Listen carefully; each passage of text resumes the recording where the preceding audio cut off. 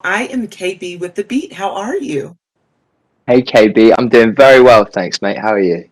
I am doing well. So I absolutely adore this show, and I'm really actually loving the evolution of Jamie. Just because Jamie is such a complex character, and when we start out, obviously, he's a bit unlikable, just based on how he treats everyone around him. But by the end of season one, and even in the beginning of season two, we understand more about him and his upbringing. So just tell me a little bit about kind of what additional layers and sides of Jamie you were most excited to explore in season two. Yeah, I think that um, he was a pretty punchable guy, wasn't he, in season one? And yeah, I think that one of the great things that I enjoyed about that, portraying Jamie in season one and also in season two is that we see that the life choices he makes and the ways that he acts. There's a real reason that he is the way he is. And we see family dynamics throughout the show, throughout other people, throughout other characters' stories. We see the family dynamics that are in place, but we see that with Jamie as well. And I think that really gives context to who this young man is and you know the trials and tribulations that he goes through and trying to figure out how to be a better person, because I think that he's maybe learned in season one that he wants to be a better person because everyone's always wanted him to be a better person, but I don't think he really wanted to change. And I think that maybe through meeting Ted he was like, huh, um, maybe I could be better.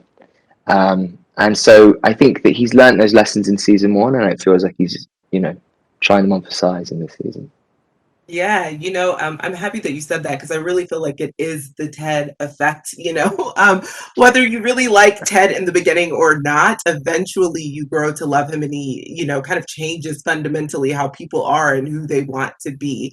And so, while Jamie didn't burn that bridge with Ted necessarily in season one, he does burn a lot of bridges in season one, but quickly learns in season two that he not only needs those people, but he needs those opportunities in Richmond as well. So, kind of after being removed from the team and then rejoining, how does his relationship with the team and even Keeley also, because now they're just friends, how does that change and evolve, for the rest of season two?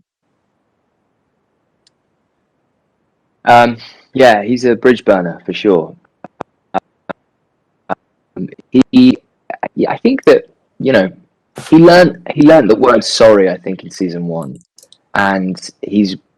I think that the funny thing, that one of the great things about playing him, I think, was finding out that he really struggles to say sorry, and he really struggles to um, use the words that he's been taught that are brand new words like thank you, and notions like empathy, and I think that we see that throughout this season, um, and we see that. I think the main thing is that we see him wanting to change. Really, I think that um, without going into too many specifics, we see throughout the first few episodes Jamie voice that he is trying to be better and taking responsibility. I think one of the things that Gino Temple actually talks about, to be honest, she's taught me this notion of taking responsibility for the things that we lack, and that we sometimes get wrong. And I think that Jamie's trying to do that a bit, and but not at the expense of a new haircut, really, because that's the important thing, I suppose, for Jamie. It's having a new haircut.